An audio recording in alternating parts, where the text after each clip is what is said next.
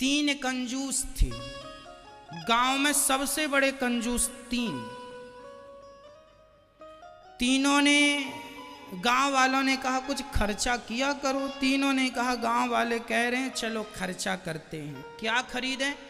तीनों बाजार गए और बाजार से 250 ग्राम घी खरीद के ले आए। तीनों 250 ग्राम यह, 250 ग्राम वह, 250 ग्राम ये, तीन लोग 250 ग्राम घी। चलो अब खाएंगे घी। हमें ये लोग कंजूस कहते हैं, हम भी बताएंगे साहब कंजूस नहीं है, घी खाते हैं।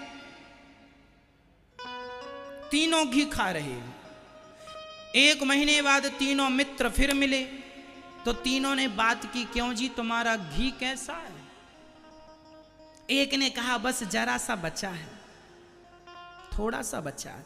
दूसरे ने कहा राम राम कितना खर्चीला हाथ है तुम्हारा, सारा खा गए, इतना सा बचा। तो उसने कहा तुम्हारा कितना बचा? अरे हमारा तो अभी बहुत है। तो ये बताओ कि तुम खाते कैसे हो? तो जिसका थोड़ा सा बचा था उसने कहा कि मैं तो बड़ी कंजूसी से खाता हूं, अच्छे से खाता तो कब का खत्म हो जाता। कैसे खाते हो? बोले 1 रोटी हम ऊपर की चुपड़ लेते हैं, 1 रोटी नीचे की चुपड़ लेते हैं, सारी रोटियां खा लेते हैं, तो अभी थोड़ा सा बचा।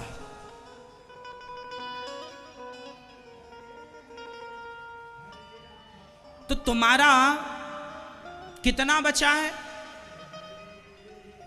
अरे हमारा तो अभी बहुत बचा है। बोले तुम कैसे खाते हो? बोले हम सारी रोटियों को रख लेते हैं और सिलने वाला धागा होता ना, धागे को हम घी में डुबाते हैं और नीचे से ऊपर तक धागे से सारी रोटियों में घी लगा देते हैं, सारी रोटियां चुपड़ जाती है।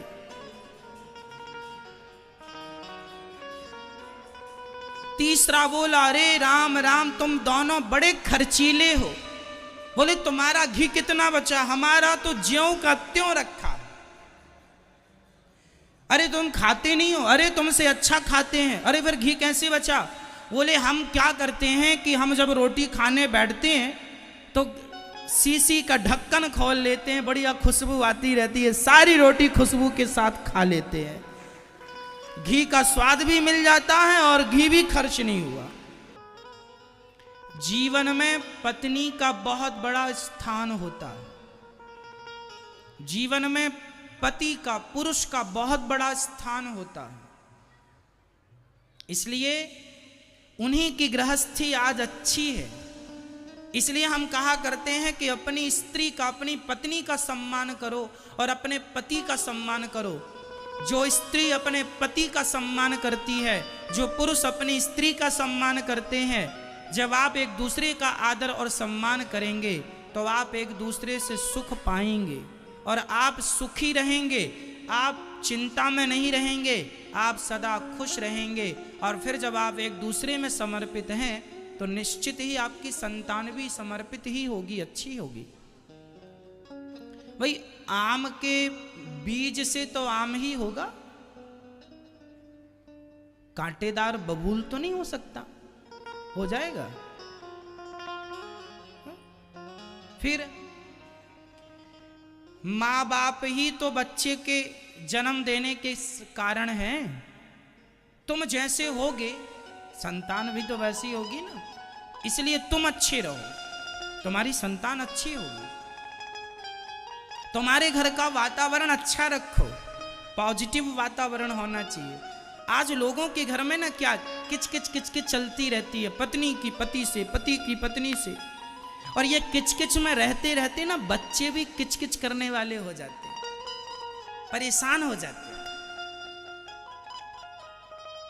चिड़चिड़े हो जाते हैं बच्चे। पति का स्वभाव जरा गलत है तो पत्नी चिड़चिड़ी हो जाती है, पत्नी का स्वभाव गलत है पति चिड़चिड़ा हो जाता है। इसलिए पहले तुम दोनों अपना तालमेल अच्छा कर लो, फिर देखो गृहस्थी कितनी बढ़िया होगी। गृहस्थी बुरी नहीं। माता सीता और भगवान राम कितने अच्छे गृहस्थी थे। थे कि नहीं? जब राम जी 14 साल वनवास में थे ना, तो राम जी के पास सूर्पनखा आई थी, बड़ी सुंदरी बन के। उस समय सीता जी जंगल में थी, तो बिना खाने पीने से उनका शरीर सूख गया था, हड्डी दिखने लगी थी। आप थोड़ी देर के लिए ये कह सकते हैं कि देखने में माता भगवती तो बहुत सुंदर थी माता सीता, परंतु संसारिक बन के आई है ना। विप्रधेनु सुर संतहित लीन मनुज अवतार, भगवान मनुष्य बन के आए हैं।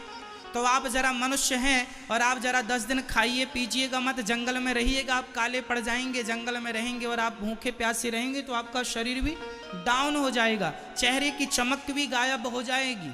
हाँ या ना? माता सीता भी जंगल में थी, दुबली पतली हो गई थी। उसी समय एंट्री होती है सूर्पनखा की, बड़ी सुंदरी बन के आई, सुंदरी बन के आई और राम जी के सामने आके खड़ी होगी। वाह, तुम कितने सुंदर हो, और हमें देखो, हम भी कम सुंदर हैं क्या? तो सम पुरुष न मो सम नारी। एक काम करते हैं, इसे छोड़ो, ये तो दुबली पतली हो गई है, जंगल में है, छोड़ दो, शेर वेर खा जाएगा इसको, हमारे संग विवाह कर लो, हम कितनी सुंदर हैं। इस कथा से राम जी क्या समझाना चाहते हैं?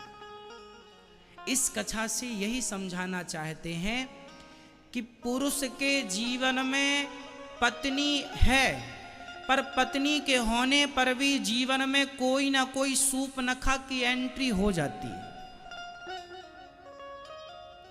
और जब सूर्पनखा की एंट्री हो जाए तो उस सूर्पनखा से कैसे डीलिंग करनी चाहिए, कैसी बातें करनी चाहिए, वह राम जी से सीख लो।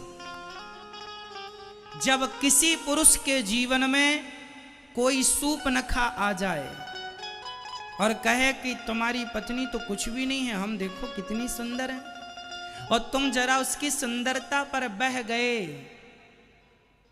तो तुम इतिहास नहीं रच सकते हो।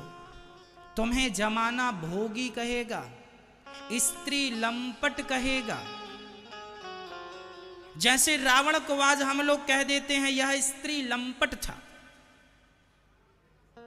क्या राम जी के लिए शब्द का प्रयोग हो सकता है? बोलो।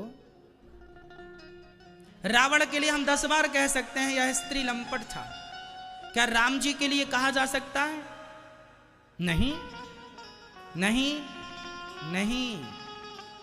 देखो, राम जी को आए युग बीत गए, त्रेता में आए थे ना, द्वापर युग निकल गया, कलयुग चल रहा है, एक युग बीत गया, 8,64,000 वर्ष तो यूं ही चले गए द्वापर के, और कलयुग के 5,500 वर्ष बीत गए। लेकिन राम जी ने सूर्पनखा की तरफ देखा नहीं। बस मेरी माँ, गृहस्थ जीवन यहीं से स्टार्ट होता है, जब पुरुष अपनी पत्नी के सिवा किसी नारी को ना देखे और कोई स्त्री। अच्छा, माता सीता के जीवन में भी ये संकट आया, रावण चुरा के ले गया। रावण कहता है एक बार बिलोकी मम ओरा, ए सीता हमारी तरफ देखो, हमारी तरफ देखो। रावण ले गया ना लंका में, सुंदरकांड की चौपाई है। एक रावण कहता एक बार बिलोकी मम ओरा, हमारी तरफ देखो। हम रावण बहुत सुंदर था, आपको बताऊं, रावण इतना सुंदर था, इतना सुंदर था कि स्वर्ग की अप्सराएं भी उस पर मोहित हो जाती थी। रावण इतना सुंदर था, सोने की लंका में रहता था।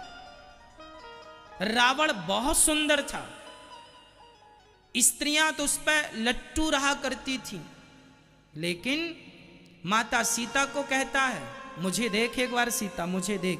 लेकिन धन्य है माता सीता, राम जी ऐसे पुरुष थे कि पराई स्त्री को देखने को तैयार नहीं है, और उनकी पत्नी सीता ऐसी थी कि पराई पुरुष को देखने को तैयार नहीं है। तुम गृहस्थी जिस दिन ऐसे हो जाओगे, तुम्हारी गृहस्थी वंदनीय हो जाएगी, पूजनीय हो जाएगी।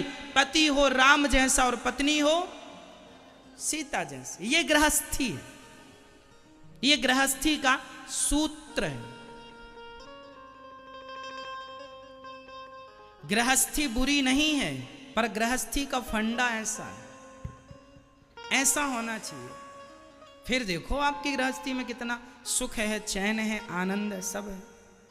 गृहस्थी तो तब बिगड़ती है जब आदमी अपनों को छोड़कर कहीं दूसरे की तरफ भाग जाता है। इसलिए सुखदेव जी से कहा गया आप गृहस्थी बसा लीजिए। सुखदेव जी बोले ना ना सरकार, हमें ना झंझट में बसाओ, उलझाओ, हम तो भजन करेंगे। जाकर तपस्या शुरू की। रास्ते में कुछ देवांगनाएं स्नान कर रही थीं। उन्होंने सुखदेव जी को देखकर वस्त्र धारण नहीं किए, पर सीता व्यास जी को देखकर वस्त्र धारण कर लिए। व्यास जी ने कहा मेरे जवान पुत्र को देखकर आपने वस्त्र नहीं पहने, मुझे देखकर वस्त्र पहनते हो, क्या बात है? कह दिया महाराज आपको पता ही नहीं है कि स्त्री और पुरुष में अंतर। सुखदेव जी को पता नहीं था स्त्री पुरुष में अंतर क्या है, जबकि आपको विदित है, पता है। सुखदेव जी ऐसे थे जो जानते ही नहीं थे स्त्री और पुरुष में अंतर क्या है। कोई ज्ञान नहीं था उन्हें कि स्त्री कौन है, पुरुष क्या कौन है। ऐसे सुखदेव भगवान को हम बारंबार नमस्कार करते हैं। भक्ति ज्ञान विरागाप्तो विवेको वर्धते महा माया मोह निरासश्च वैष्णवै क्रियते कथम। 88,000 संतों के बीच में सूत जी का आगमन हुआ। सभी ने खड़े होकर स्वागत किया। महाराज हमें ऐसी कथा सुनाइए, भक्ति बढ़े, ज्ञान बढ़े, वैराग्य बढ़ जाए। कथा 3 चीजों को बढ़ाती है मैया। क्या क्या बढ़ाती है कथा? भक्ति, ज्ञान, वैराग्य। यदि भक्ति को बढ़ाना है तो क्या करना पड़ेगा? कथा सुनना पड़ेगा। ज्ञान को बढ़ाना है क्या करना पड़ेगा? अच्छा ये बताओ, आप अभी यहां बैठे हो और कथा सुन रहे हो, तो कथा सुनने में आपका क्या क्या बढ़ रहा है, जरा हमें बताओ। आपकी भक्ति बढ़ रही है कि नहीं? आप भगवान की तरफ अटैचमेंट आपका बढ़ रहा है कि नहीं? हाँ? कथा सुनते रहिए, पता ही नहीं चलेगा कि आप कब भगवान के भक्त हो गए। कथा सुनते रहिए, पता ही नहीं चलेगा कि आप कब ज्ञानी हो गए। पता ही नहीं चलेगा कि आपका संसार से मोह समाप्त हो गया। भक्ति, ज्ञान, वैराग्य तीनों को पुष्ट करने वाली भगवान की कथा है। इसलिए कथा सुनने वाला सब प्रकार से संपन्न होता है। भक्ति, ज्ञान, विरागाप्तो विवेको वर्धते महा माया मोह निरासश्च वैष्णवै क्रियते कथम। अब हम आपको ऐसी कथा सुनाते हैं, भक्ति ज्ञान बढ़ेगा। सूत जी ने लगे हाथ यह भी कह दिया सौनक जी ने कि कृष्ण प्राप्ति करम शाश्वत साधनम तद्वदाधुना। हमें ऐसी कथा सुनाना कि कृष्ण की प्राप्ति हो ही जाए। मैं आपको बताऊं भक्तों, संसार के हर साधन में शायद संदेह रह जाए कि भगवान मिलेंगे कि नहीं, मिलेंगे कि नहीं, पर भागवत श्रवण करने के बाद संदेह नहीं, केवल आप विश्वास रखिएगा। भागवत श्रवण करने वाले को भगवान मिलेंगे कि नहीं? नहीं, मिलेंगे ही, मिलेंगे ही, मिलेंगे ही। यह भागवत भगवान से जोड़ने का एकमात्र इस कलिकाल में साधन है। इसलिए व्यास जी ने 18वां पुराण भागवत जी को लिखा, इसलिए कि भागवत सर्वगुण संपन्न है। 10 लक्षण हैं भागवत जी के। यत्र सर्गो विसर्गश्च स्थानम पोषण मूतया मनवंतरेशानुकथा निरोधो मुक्तिराश्रय। हर ग्रंथ में या तो 7 लक्षण है या तो 6 लक्षण है। एक भागवत जी 18 पुराणों में एक भागवत ही ऐसी हैं जिनमें पूरे के पूरे 10 लक्षण भागवत जी में पाए जाते हैं। टोटल 10 लक्षण होते हैं और 10 भागवत जी में। इसलिए भागवत को पुराण नहीं कहा जाता, भागवत को महापुराण कहा जाता है। श्रीमद् भागवत महा, सबको पुराण कहा जाता है। अग्नि पुराण, ब्रह्म वैवर्त पुराण, शिव पुराण, है ना, सबको पुराण कहा जाता है। ब्रह्म पुराण, हरिवंश पुराण, सबको ब्रह्मांड पुराण, सबको पुराण कहा जाता है। पर भागवत जी को क्या कहा जाता है? श्रीमद् भागवत महापुराण। महापुराण है ये, क्यों महापुराण है ये? क्योंकि इनमें 10 लक्षणों का वर्णन है और भगवान की दिव्य दिव्य लीलाएं हैं। हर पुराण में या तो ज्ञान की चर्चा है या तो वैराग्य की चर्चा है, पर भागवत इसलिए सर्वश्रेष्ठ है क्योंकि भागवत में सबसे ज्यादा भक्ति की चर्चा है। केवल भक्ति, केवल भक्ति। भागवत यह कहती है कि यदि आदमी के पास, व्यक्ति के पास ज्ञान ना हो कोई बात नहीं, वैराग्य ना हो कोई बात नहीं, पर भक्ति हो गई तो उसका उद्धार हो जाएगा।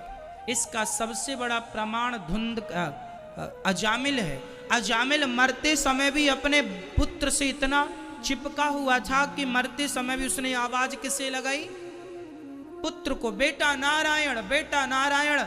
पर नारायण नाम भगवान का था, इसलिए अजामिल की मुक्ति हो गई। आप अपने बेटे से भी चिपके रहो, तुम्हारी मोह ममता ना छूटे, पर यदि बेटे के नाम में भी भगवान का नाम है तो भी कल्याण हो जाएगा।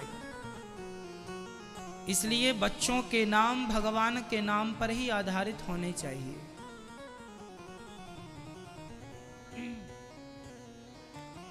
अच्छा, भागवत की महिमा, एक बार इंद्र ने जब देखा कि राजा परीक्षित को कथा सुनाई जा रही है सुखदेव जी के द्वारा शुकताल में, तो इंद्र अपने स्वर्ग का अमृत लेके आए और कहने लगे कि आप भागवत जी हमें सुना दो, स्वर्ग का अमृत राजा परीक्षित को पिला दो।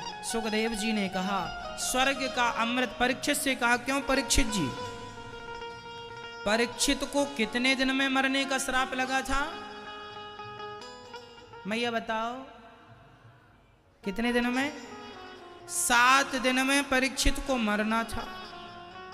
सुखदेव जी कथा सुना रहे थे, इंद्र अमृत लेकर आए, तो सुखदेव जी ने परीक्षित से कहा परीक्षित आप बताओ, स्वर्ग का अमृत पी के अमर होना हो तो पी लो, ये रहा अमृत।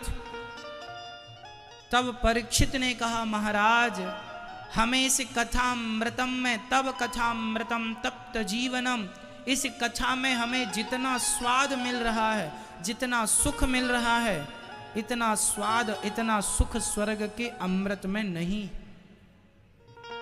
स्वर्ग का अमृत स्वर्ग की प्राप्ति करा सकता है, जबकि भागवतामृतम तो भगवान की और वैकुंठ की प्राप्ति करा सकता है।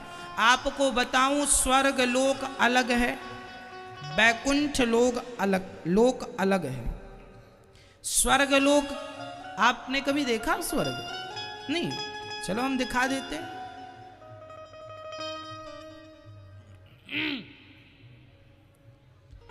जितना अच्छा ये वृंदावन है,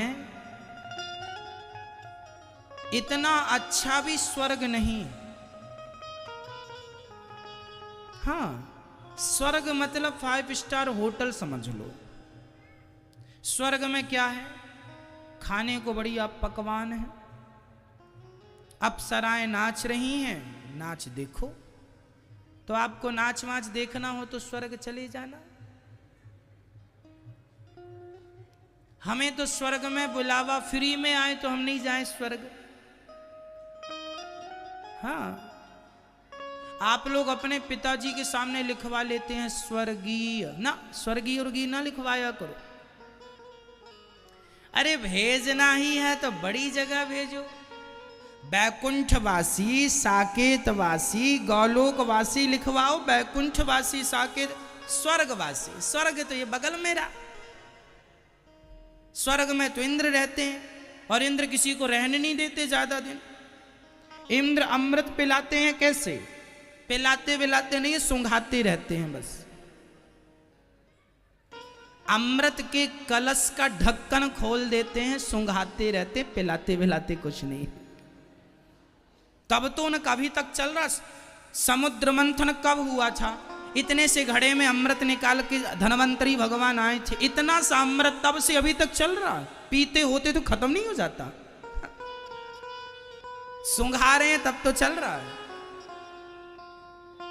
स्वर्ग का अमृत पीकर स्वर्ग मिलेगा, पर यह कछावी अमृत है।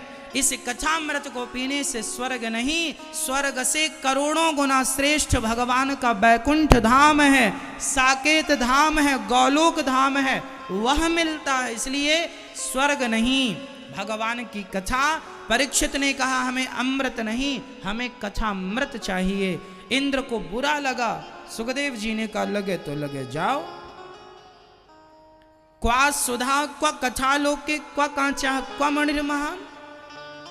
जब 7 दिन में राजा परीक्षित का उद्धार हुआ, स्वर्ग में अमृत कलश, राजा इंद्र ने स्वर्ग में तराजू बांधी, एक पलड़े पर भागवत, दूसरे पलड़े पर स्वर्ग के सुखों को रखा, तौल कर देखा तो भागवत जी का पलड़ा सबसे भारी था। भागवत जी की बराबरी कौन करेगा? तब इंद्र घबराए, भागवत इतनी श्रेष्ठ। तब भागवत जी से भगवान प्रकट हो गए, प्रत्यक्ष कृष्ण एव ही यह प्रत्यक्ष भगवान है। भागवत प्रत्यक्ष भगवान है। इंद्र का अहंकार समाप्त हुआ। देखो जी, इस कथा से यह पता चला कि भागवत स्वर्ग के देवताओं को भी दुर्लभ है। स्वर्ग के देवताओं को भागवत सुननी हो तो भागवत सुनने के लिए उन्हें मृत्यु लोक में आना पड़ता है। वो यहां आए, हम वहां क्यों जाएं? हम तो तुमसे ऊपर अच्छी जगह जाएंगे। अब ये बताऊं कि स्वर्ग कौन जाता है और बैकुंठ कौन जाता है, ये भी मैं आपको बताऊं, नहीं आप कंफ्यूज रहेंगे कि कैसे करने से कैसे। अब मैं आपको बताऊं, आप लोग जो भी पुण्य करते हैं, मैया ध्यान से सुनिए, नींद आए तो बताना, हम लोरी सुना देंगे आपको बढ़िया सी। मैया सुना दें आपको?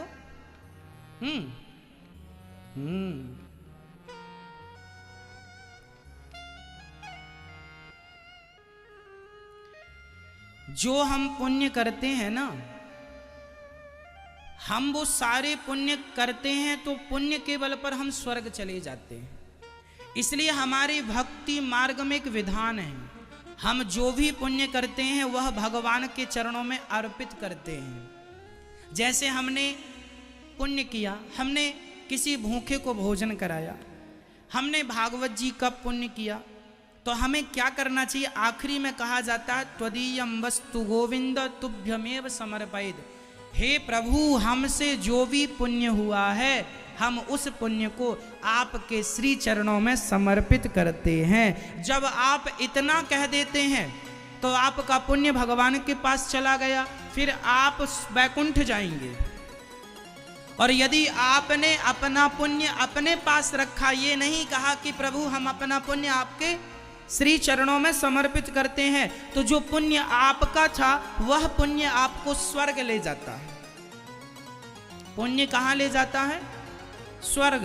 और आप स्वर्ग जाके स्वर्ग का आनंद लीजिएगा, है ना। और यदि आप यह कह देते हैं कि प्रभु हमसे जो भी पुण्य हुआ वह हम आपके श्री चरणों में समर्पित करते हैं, और आखिरी में ये कह दो कि प्रभु हम अपने आप को आपके श्री चरणों में समर्पित करते हैं, तो समर्पण करने वाला भक्त फिर स्वर्ग नहीं जाता। वो कहाँ जाएगा? जोर से, वो कहाँ जाएगा? बैकुंठ। जो भगवान नारायण के उपासक हैं वह तो बैकुंठ जाएंगे, जो भगवान श्री कृष्ण के उपासक हैं वह गौलोक जाएंगे, और जो राम जी के उपासक हैं वह साकेत जाएंगे। मतलब मोहल्ला है, फेस 1, फेस 2, फेस 3, आपस में सब जुड़े हुए हैं। ये राम जी की भक्ति करके आए हैं तो राम जी के धाम साकेत, कृष्ण जी के भक्त कहाँ जाएंगे? गौलोक। और भगवान नारायण के उपासक कहाँ जाएंगे? जोर से, बैकुंठ।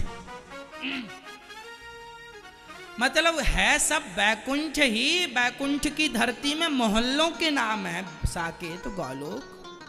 आप किसी की भी भक्ति करो, राम जी की, कृष्ण जी की, नारायण की, सबको वहीं जाना है। अच्छा, कोई शिव जी की पूजा करे, ओम नमः शिवाय, ओम नमः शिवाय जपे, तो वो कहाँ जाएगा? वह शिवलोक जाएगा। वो कहां जाएगा? शिवलोक जाएगा। शिवलोक अलग है। जो नागों की पूजा करे वह नांगलोक।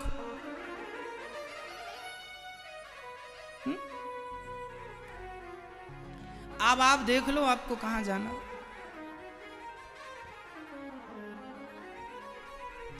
तो भागवत प्रत्यक्ष भगवान है, इसलिए भगवान की शरणागति ग्रहण कर लो, हम आवागमन से मुक्त हो जाएंगे। भगवान का वहां बड़े बड़े लोक हैं। आप क्या आपको पता, हम आपको कैसे बताएं? हाँ, कभी जापान गए हो? बताओ हाँ या ना। नहीं। कभी अमेरिका गए हो? नहीं। जापान भी नहीं गए, अमेरिका भी नहीं गए। चलो, जब बगल में आप जापान और अमेरिका नहीं गए, यहां का नॉलेज हमें और आपको नहीं है, तो वहां का नॉलेज कैसे होगा? इसलिए भागवत जी में लिखा है कि जो भगवान की आराधना करते हैं वह भगवान के धाम को जाते हैं। और जितनी बड़ी पृथ्वी है इससे करोड़ों गुना बड़ा वैकुंठ लोक है। पृथ्वी से करोड़ों गुना बड़ा, बहुत बड़ा है। फिर साकेत, सब भक्त वहीं बैठे होंगे, सब हमें सुन रहे होंगे। अच्छा पुण्य करने वाले सब वैकुंठ जाते हैं, वहां आनंद से रहते हैं। भगवान का दर्शन है, भगवान की कथा है, वहां बड़े प्रेम से। और हम जब भगवान कृष्ण धरती पर आने लगे ना, तो बैकुंठ का ही एक टुकड़ा उन्होंने पहले धरती पर भेजा, और वह बैकुंठ का एक टुकड़ा का नाम ही वृंदावन है। ये ब्रज भूमि बैकुंठ ही है। ये बैकुंठ की धरती पे आप बैठे हैं, यह बैकुंठ है। इसलिए आप संसार में घूम लो, जितना सुख वृंदावन में मिलेगा इतना सुख दुनिया में कहीं नहीं। आप घूम के देख लो। इसलिए ये बैकुंठ है। जब यहां इतना है वहां कितना। इसलिए गलत काम ना करना, नहीं तो नरक जाना पड़ेगा। फिर यमलोक भी है। चोरी करना, डकैती करना, उल्टे सुल्टे काम करना, सब नरक जाओ, यमलोक।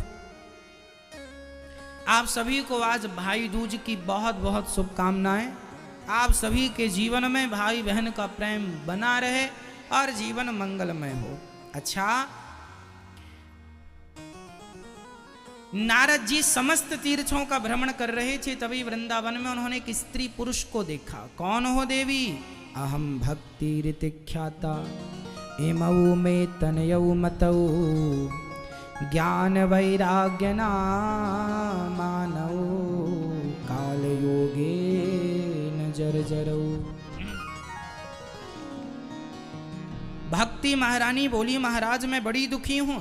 नारद जी ने भक्ति, ज्ञान और वैराग्य को भी जब भागवत श्रवण कराई हरिद्वार की पावन धरा पर, भागवत सुनते ही भक्ति, ज्ञान, वैराग्य का दुख दूर हो गया। ये भागवत जी की महिमा। भक्ति ज्ञान को भी भागवत सुनाया श्री नारद जी, सनकादियों के द्वारा सुनवाया हरिद्वार की पावन धरा में। और जब भक्ति, ज्ञान, वैराग्य का दुख दूर हुआ तो भक्ति प्रसन्न होकर नाचने लगी। कहा महाराज मैं कहाँ बैठ जाऊं? बोले ये भक्तों का हृदय खाली है, जाओ इनके मन मंदिर में जाकर के बैठ जाओ। भगवान कहाँ है? जहां भक्ति है। और भक्ति कहाँ है? जहां भगवान की कथा है। जहां कथा है वहां भक्ति है, और जहां भक्ति है वहां भगवान है। तो सबके हृदय में भक्ति। जो कथा सुनेंगे उन्हीं के अंदर भक्ति होगी। जो नहीं सुनेंगे, कथा ना सुनने वाला भक्त नहीं हो सकता। जो भक्त है वह कथा प्रेमी होगा। यदि आप कथा प्रेमी हैं तो आप भक्त हैं। यदि आप कथा प्रेमी नहीं हैं, अब कोई कहे कि साहब मैं कथा नहीं सुनता, मैं कथा सुनता नहीं हूं, मुझे अच्छी नहीं लगती। अब किसी को कथा अच्छी ना लगे और कथा ना सुने और वह दावा करे मैं भक्त हूं, तो बताओ, जिसे भगवान की कथा में रस ही नहीं मिल रहा है, भगवान की कथा में स्वाद ही नहीं मिल रहा है, वह भगवान का भक्त कैसे हो सकता है? इसलिए भगवान के भक्त की शर्त पहली यही है, कि वह कथा सुनेगा। जब आपकी कथा सुनते सुनते कथा में ऐसी आदत हो जाए कि कथा के बिना ना रहा जाए और भगवान की कथाओं को सुन सुन सुन के आंखों में आंसू आ जाएं, बस यही भगवान के भक्तों की पहचान है, यही भक्त है। ये जो आंसू निकलते हैं ना कथाओं में, एक्चुअली वह आंसू नहीं होते, हमारे अंदर के पाप ही पिघल पिघल के पानी बन बन के निकलते हैं और हम निष्पाप होते हैं कथा से। कथा हमें क्या बनाती है? निष्पाप। पापी को भी पाप मुक्त कर देती है भगवान की कथा। जैसे कपड़े में साबुन लगाकर उसका दाग छुड़ाया जाता है, उसी प्रकार जन्म जन्म के दाग लगे हैं, कथा के साबुन से ही वह छूट रहे हैं। निरंतर सुनते रहोगे तो वह दाग निश्चित छूट जाएंगे। इसलिए भक्त तो हमेशा भगवान की कथा सुनते हैं और कथा ही सबसे बढ़िया साधन है इस कली काल में भगवान तक पहुंचने का, है ना। इसलिए हम सुनते हैं कथा। हम बचपन से कथा, हमें बचपन में याद है, हमारे गांव के 40 किलोमीटर दूर भी कथा होती थी। ये दास अनिरुद्ध अपनी बात कर रहा है। हमारे गांव से 30 किलोमीटर कथा, 40 किलोमीटर दूर कथा होती थी। तो हमें इतना नशा था कथा का, जब हम छोटे थे 15 साल के 14 साल के, 40 किलोमीटर दूर भी 30 किलोमीटर दूर भी हम साइकिल से कथा सुनने चले जाया करते थे। पता बस चल जाए कि कथा हो रही है। गांव के आसपास साधु लोग आया करते थे, ज्ञानी लोग आया करते थे कथा सुनाने के लिए। तो हमें भी लगता था हम कथा सुनने जाएं, और कथा सुनते सुनते सुनते सुनते सुनते सुनते भगवान की ऐसी कृपा हुई कि सुनते सुनते आपको कथा सुनाने का अवसर दे दिया ईश्वर ने। कहते हैं अच्छा श्रोता ही अच्छा वक्ता हो सकता है। यदि आप श्रोता नहीं हैं तो आप कभी वक्ता नहीं हो सकते। सुनना पड़ेगा पहले। जितना हम सुनेंगे, हम वृंदावन जब पढ़ने आए तो वृंदावन में जहां जहां कथा हुआ करती थी, जब जब कोई भी कथा सुनाए जाके पीछे बैठ जाते थे और सुनते थे। पढ़ने लिखने से जितना ज्ञान नहीं होता, उससे कहीं ज्यादा ज्ञान सत्संग से हो जाता है। ये भागवत जी की कृपा है। पढ़ाई लिखाई भी हो, सत्संग भी हो तो क्या बुराई है। इसलिए भगवान की कथा बड़ी आनंददायक है। हम तो गैया चराने जाया करते थे और जहां देख लेते थे कि इस तरफ के गांव में कथा चल रही है तो हम गैया चराने भी उसी तरफ ले जाया करते थे। गैया भी चरती रहती थी जाके, और बढ़िया कथा भी सुन लिया करते थे और भंडारे की पूड़ी साग भी खा लिया करते थे। और प्रसाद मिले तो बढ़िया 2-2 बार लेके आनंद लिया करते। बच्चे थे, सब प्रकार का मौज था। पता चले कि कथा इस गांव में हो रही है तो गाय उस तरफ ले जाते थे। गाय भी चरे और कथा भी सुने। जब कथाएं ना हो और गैया अकेली चराना है तो हम गीता ले जाया करते थे साथ में, जोर जोर से गैयों को श्लोक सुनाया करते थे। कोई ना सुने तो जोर जोर से गाते थे श्लोकों को। और भगवान की कृपा कब हो जाए, किस पर हो जाए पता नहीं, कौन सी बात आपकी उन्हें अच्छी लग जाए, इसलिए बातें सुनाया करो भगवान को, कहा करो कुछ भगवान से। कृष्ण प्यारे को तूने नहीं जाना रे, यदि जान लेता क्या बात थी। भक्ति महारानी का सारा कष्ट दूर हुआ और भक्ति महारानी बड़े आनंद के साथ नाच गाकर रहने लगी। नारद जी ने सवाल किया, महाराज कोई पापी व्यक्ति कथा सुनकर तर जाए तो आश्चर्य नहीं है, क्या वह व्यक्ति तरेगा जिसने जीवन भर पाप किया है? हाँ, धुंधकारी नाम का एक पापी था। वो अपनी माता को, अपने पिता को मारता था धुंधकारी, बड़ा उद्दंड था। इनके पिता थे आत्मदेव। जब आत्मदेव जी को कोई संतान नहीं थी तो पुत्र की प्राप्ति के लिए बड़ी पूजा पाठ की, बड़े आंसू बहाए, पर पुत्र नहीं हुआ। और जब हुआ तो कैसा हुआ? एक संत जी ने फल दिया था, इनकी पत्नी धुंधली ने फल गाय को खिलाया तो गाय को बच्चा हो गया। धुंधली को विश्वास नहीं था तो फल खाया नहीं। इनकी बहन को बच्चा हुआ तो पैसों से खरीद लिया, खरीदा हुआ बच्चा ही धुंधकारी था। धुंधकारी ने बड़े होकर अपने पिता को जो मार लगाई ना, आत्मदेव जी रोने लगे, हे विधाता, बेटा नहीं था तो भी हमें रोना पड़ा, और बेटा है तो भी हमें रोना पड़ता। सच्ची बताएं मैया जी, ये संसार कुछ ऐसा ही है। यहां मिल जाए सब तो भी रोना पड़ता, और ना मिले कुछ तो भी रोना पड़ता। जिनके बेटे नहीं हैं वह भी रो रहे हैं, और जिनके बेटे हैं वो भी रो रहे हैं। एक मैया हमारे पास आई, महाराज हमारे कोई संतान नहीं है, रोने लगी। हमने कहा बहन हम आपका दुख समझ रहे हैं, पर देखो विधाता की जो मर्जी है, उन्हें देना होता है देते हैं, नहीं देना होता नहीं देते। आप रो मत। महाराज जी सबको बेटे दिए, हम रह गए, क्या हमने कोई पाप किया? हमने कहा बहन तुमने कोई पाप नहीं किया। अरे जिसके सिर पर कर्जा होता है उसका कर्जा उतारने बेटा आता है। कहते हैं बच्चे माँ बाप का ऋण उतारते हैं, तो जिनके सिर पर ऋण था उनके तो बच्चे आए ऋण उतारने के लिए, पर तुम्हारे सिर पर कोई ऋण नहीं है, इसलिए तुम्हारे यहाँ कोई बेटा बेटी नहीं है, क्योंकि तुम ईश्वर की तरफ से बिल्कुल स्वतंत्र हो, अर्थात सुखी हो, कोई ऋण नहीं है तुम्हारे सिर पर, इसलिए तुम्हारे बच्चा नहीं है, तुम बढ़िया हो।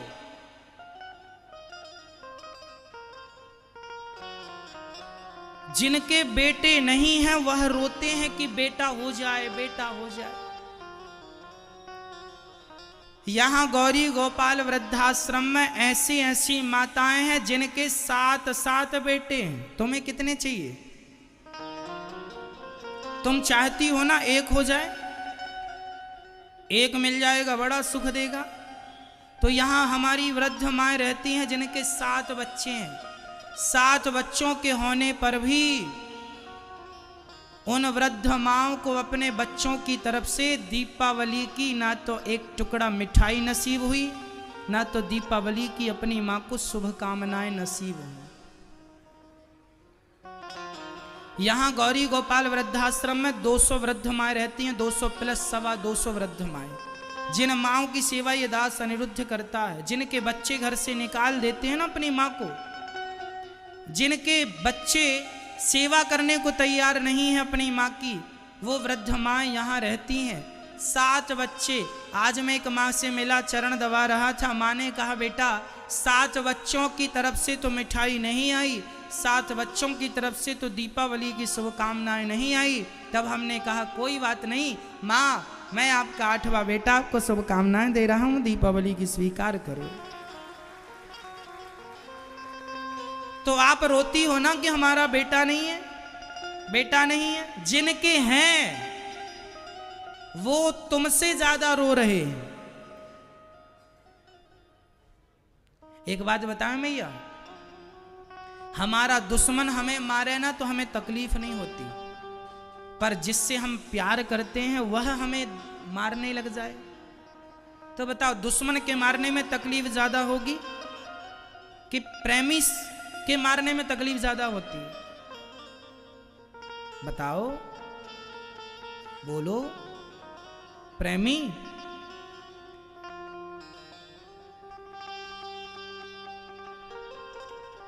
मेरी मां, भर जाते हैं वो घाव जो बनते हैं गोली से, पर वो घाव नहीं भरते जो बनते हैं कड़वी बोली से।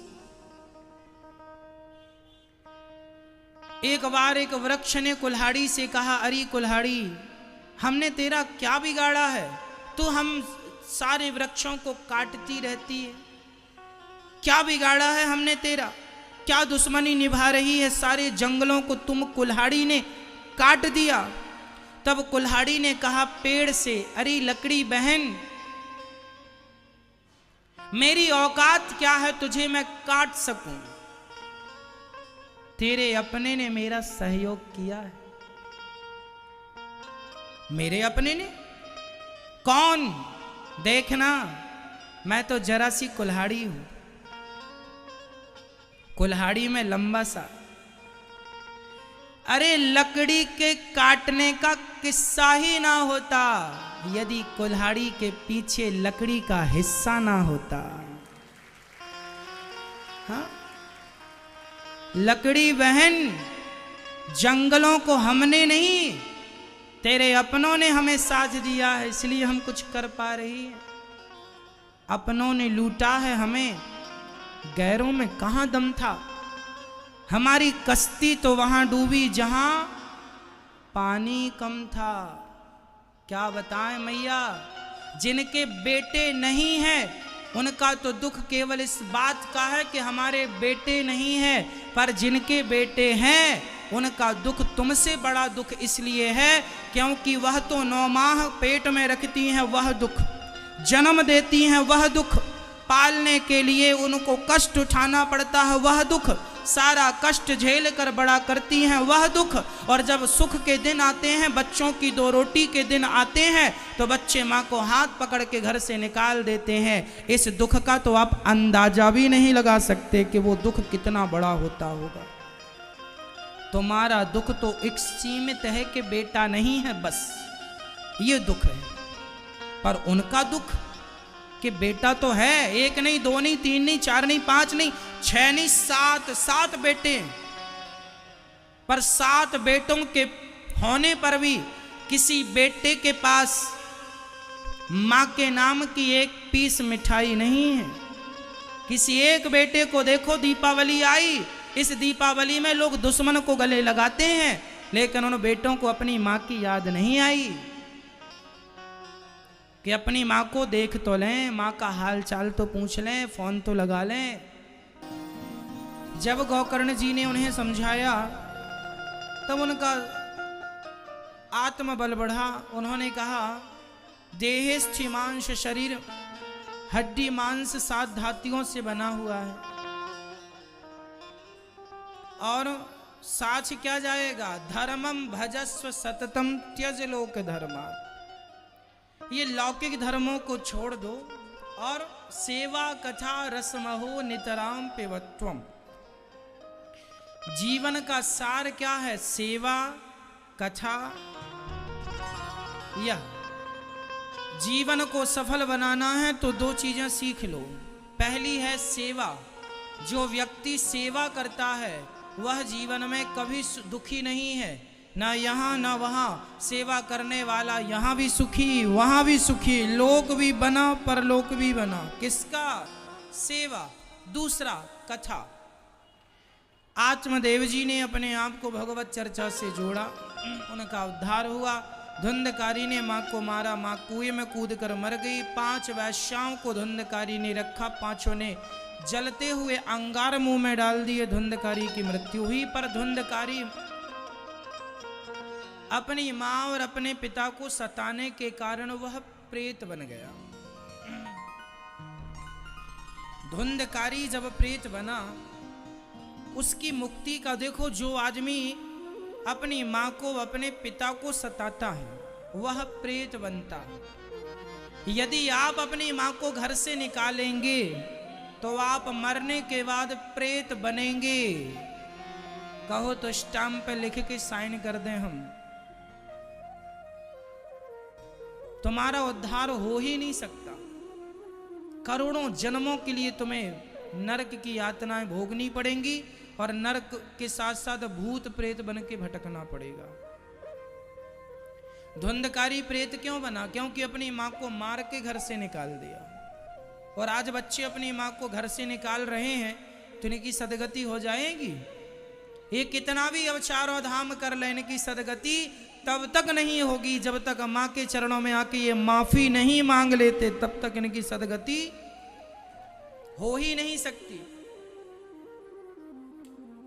नहीं हो सकती। धुंधकारी प्रेत बन गया और अंत में गोकर्ण जी ने भागवत जी सुनाई और धुंधकारी बांस की ग्रंथि में आकर बैठा। 7 दिन की कक्षा में बांस की 7 ग्रंथि खुली और धुंधकारी का उद्धार हुआ। भगवान के देखो, धुंधकारी तो साधनहीन था, लेकिन जब धुंधकारी ने प्रेत बनकर भागवत जी का आश्रय लिया तो भागवत श्रवण करने वाले धुंधकारी जैसे प्रेत आत्मा का भी भागवत जी ने उद्धार कर दिया। ये भागवत जी ने प्रेत पीड़ा विनाशिनी, भागवत जी तो प्रेत बाधा को भी मुक्त करती हैं, भूत प्रेत को भी तार देती हैं, है ना मैया जी। इसलिए बस भागवत सुन लो, है ना मैया।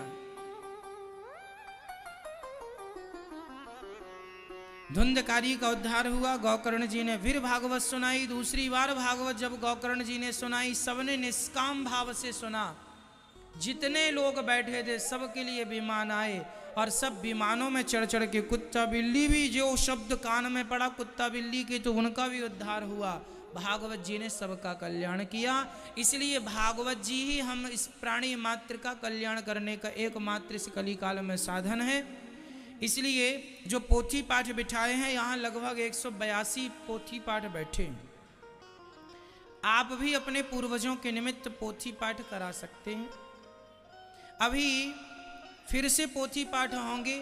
आप भागवत जी का आश्रय लेकर अपने पूर्वजों के लिए, देखो अपने पूर्वजों के लिए कुछ कुछ करते रहना चाहिए, ताकि उनका उद्धार किसी कारणवश ना हुआ हो तो भागवत से तो हो ही जाएगा।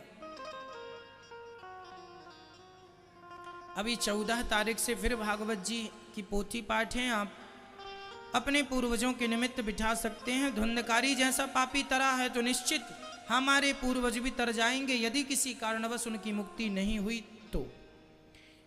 अब भागवत जी श्रोता, भगवान ने आकर गोकर्ण जी को हृदय से लगाया और श्रोता वक्ता का निरूपण नारद जी को सनकादियों ने कराया।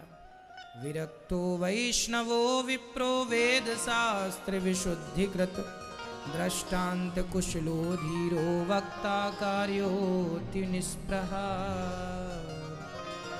वक्ता कैसा हो? विरक्त, आसक्त नहीं, वैष्णव भगवान का भक्त। विरक्तो वैष्णवो विप्रो, ब्राह्मण होना चाहिए वक्ता। इसलिए ब्राह्मण ही हो। सबके अपने अपने अधिकार हैं। आज हमारे देश में बेरोजगारी ज्यादा है, पहले बेरोजगारी बिल्कुल नहीं थी, क्योंकि पहले सबके काम बटे थे। ब्राह्मण का काम था पूजा करना, पूजा कराना, यज्ञ करना, यज्ञ कराना, दान लेना, दान देना। क्षत्रिय का काम था अपना सेवा करना देश की। क्षत्रियों का अपना काम था।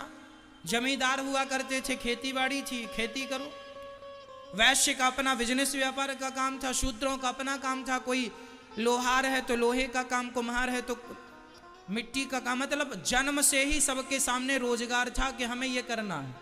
पर हुआ क्या, आगे चल के सबके काम लोगों ने हड़प लिए, है ना। अब दूसरों का काम दूसरे करने लग गए, है ना जी। इसलिए बेरोजगारी छा गई। अपने अपने काम में अब स्थित रहते तो काम बढ़िया होता। अब मोची का काम है जूता बेचना, तो अब बड़े बड़े लोग बाटा जूता बेच रहा है। कितनों का रोजगार छीन लिया बाटा ने, हाँ, मोचियों का। क्यों जी? अब भाई तुम अपना काम करो, जूता काहे बेच रहे हो? जिसका जो काम है वो काम वो करे तो बेरोजगारी नहीं होगी। बेरोजगारी तब बढ़ती है जब आपका काम हम करने लग जाए और हमारा काम आप करने लग जाए।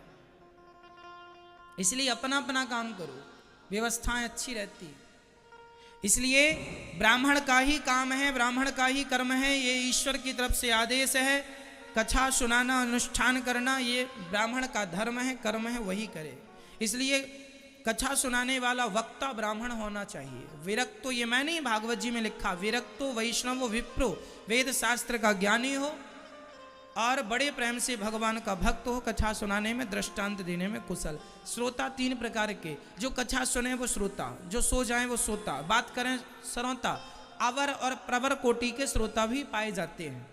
एक श्रोता होता है हंस की तरह, पानी और दूध मिला के रख दो, अच्छी दूध पी लेगा। उसी प्रकार कुछ श्रोता होते हैं जो सार ग्रहण कर लेते हैं, असार तत्व छोड़ देते हैं, और कुछ श्रोता होते हैं जो सार छोड़ के असार ही ग्रहण करते हैं।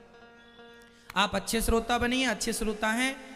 नारद जी के सामने भगवान प्रकट हो गए, नारद जी कीर्तन करने लगे, भगवान का पावन दर्शन सबको हुआ, और यही है भागवत जी का महात्म्य। जन्माद्यस्य यतोऽन्वयादितरतश्चार्थे सुभिज्ञः स्वराट् तेने ब्रह्म हृदयादि कवये मुह्यन्ति यत्सूरयः तेजो वारि मृदां यथा विनिमयो यत्र त्रिसर्गो मृषा धाम्ना स्वेन सदा निरस्तकुहकं सत्यं परं धीमहि। भगवान जो सृष्टि उत्पन्न पालन करने वाले हैं, ऐसे भगवान को सत्यम परम सत्य स्वरूप मान के उनका ध्यान करते हैं। माता कुंती ने भगवान से दुख मांगा है, राजा परीक्षित को 7 दिन में मरने का श्राप लगा है। जिसे 7 दिन में मरना हो उसे क्या करना चाहिए, इस पूरे प्रसंग को कल हम विस्तार से आपको सुनाएंगे।